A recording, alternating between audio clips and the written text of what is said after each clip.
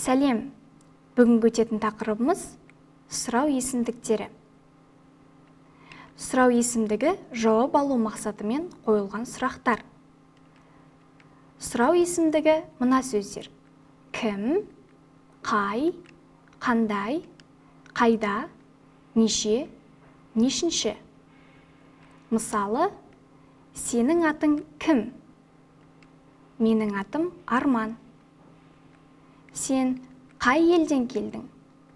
Мен Ресейден келдім.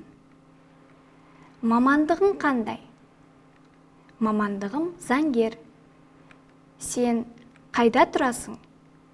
Мен Алматыда тұрамын. Сен неше жастасың? Мен 18 жастамын. Нешінші курста оқисың? Екінші курста оқимын. Осымен сабағымыз аяқталды. Сау бол.